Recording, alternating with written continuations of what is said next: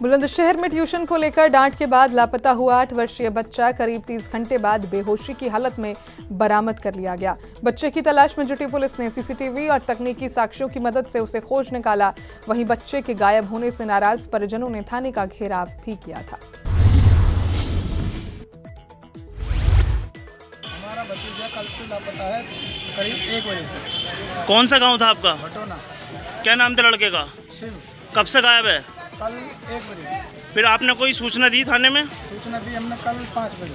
फिर उसके बाद कोई कार्रवाई की पुलिस ने? कार्रवाई उन्होंने जाकर के हमारे यहाँ पर जो सीसीटीवी कैमरे हैं उनको इन्होंने कार्रवाई करा। अब जो यहाँ सब लोग यहाँ इकट्ठे हो रहे हो, किस लिए हो रहे हो, क्या चाहते हो आप? हम ये चाहते हैं कि कोई सुराग नहीं मिले, हमारा बच्चा हमें मिल जाए। मेरा बच्चा नहीं मिल रहा कल से 4 बजे से। अच्छा, कल से बच्चा, कितनी उम्र है बच्चे की? बच्चे की 8 साल है। 9 साल में लगा है वो, 8 साल का बस। तो कौन सा गांव है आपका? भटोना। भटोने से हैं आप? तो पुलिस को शिकायत की आपने? क्या कह दी पुलिस? लिखा पढ़ी करके चले जाते हैं, रात भी आते हैं और सुबह भी आते हैं, चले रहते हैं बस। तो किसी से तुम्हारी रंजिश है क्या? हमारे से तो कोई रंजिश नहीं। बुलंदशहर के शिकारपुर में नगरपालिका ने अतिक्रमण हटाओ अभियान चलाते हुए बुलडोजर कार्रवाई की। सड़क किनारे कब्जों को हटाया गया, जिससे व्यापारियों में हड़कंप मच गया।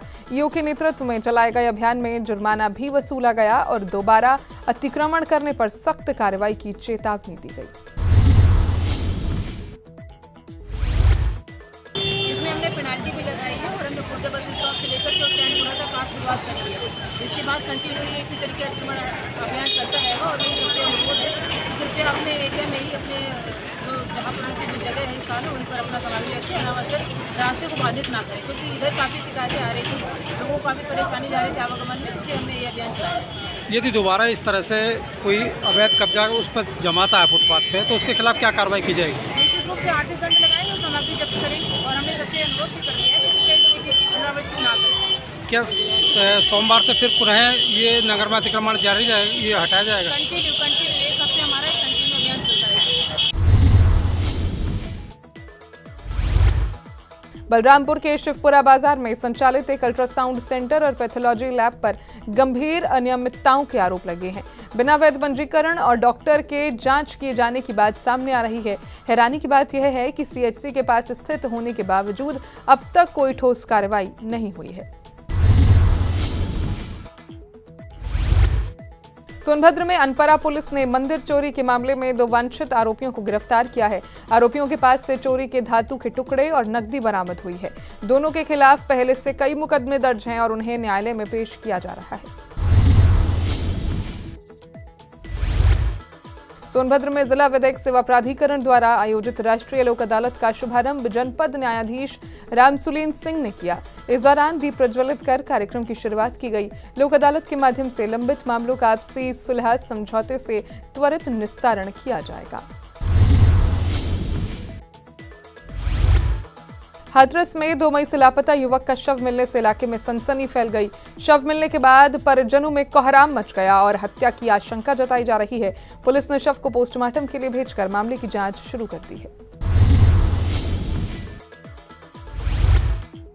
थाना शासनी क्षेत्र एक सूचना प्राप्त हुई थी। एक अज्ञात शव मिला है, जिसके संबंध में आसपास जानकारी करने पाया गया है कि यह शव हाशिम पुत्र शाबिर खान निवासी ग्राम छोड़ा थाना शासनी का रहने वाला था, जिसके संबंध में तत्काल ही थाना पुलिस ने मौके पहुंच के शव को कब्जे में लेते हुए आवश्यक विधिक कार्रवाई करवाई गई है और पीएम के लिए बॉडी को भेज दिया गया है। इसमें यह भी अवगत कराना है कि इस अज्ञात शव के बारे में 2/5/2026 को गुमशुदगी दर्ज की गई थी, जिसकी जांच प्रचलित थी।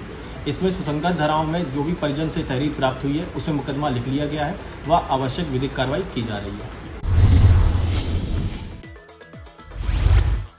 सीतापुर के लहरपुर विधानसभा क्षेत्र में जनसंपर्क के दौरान खराब सड़क, शिक्षा सुविधाओं की कमी और चौका पुल न होने जैसी समस्याएं सामने आई। ग्रामीणों ने डिग्री कॉलेज, बालिका इंटर कॉलेज और बेहतर परिवहन सुविधा की मांग उठाई। साथ ही किसानों को फसल का उचित लाभ न मिलने पर भी नाराजगी जताई। रायबरेली में बारात के दौरान एक युवक की संदिग्ध परिस्थितियों में मौत हो गई।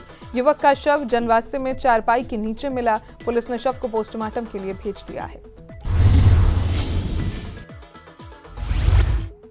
बांदा में 9 मई को राष्ट्रीय लोक अदालत लगाई गई, जहां वर्षों से लंबित मामलों का आपसी सुलह समझौते के आधार पर त्वरित निस्तारण किया गया। आमजन से अधिक संख्या में भाग लेकर इसका लाभ उठाने की अपील भी की गई।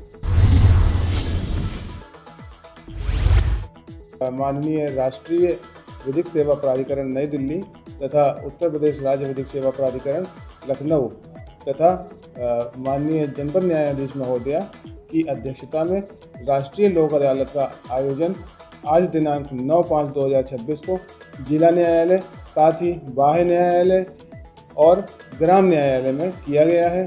यहाँ पर लोग आकर के अपने विवादों को सुलह समझौते के आधार पर निपटा सकते हैं और लोक अदालत में ये जनमानस की न्यायालय है। यहाँ पे लोगों को निर्णय के साथ संतोष भी प्राप्त होता है ताकि उनकी समस्या पूर्ण रूप से सुलझ सके।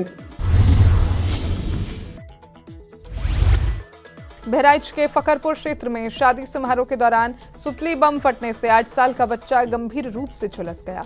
बच्चे को अस्पताल में भर्ती कराया गया, जहां उसकी हालत गंभीर बनी हुई है। पुलिस मामले की जांच में जुटी है।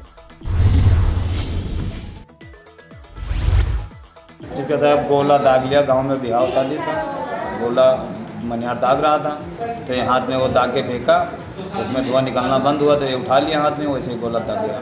कौन सा गांव है ये? साहब मौजा तिंगई पड़ता है, गांव का नाम है सरजू स्कूल, थाना पकड़पुर। बच्चे का नाम क्या है? राजेश। पिता का नाम? अकेलू मिश्रा। उम्र साहब 8 साल ही। सोनभद्र में दुधी को जिला बनाए जाने की मांग को लेकर कचहरी गेट पर जोरदार प्रदर्शन हुआ। अधिवक्ताओं और संघर्ष समिति ने नारेबाजी करते हुए सरकार से चुनावी वादा पूरी करने की अपील की।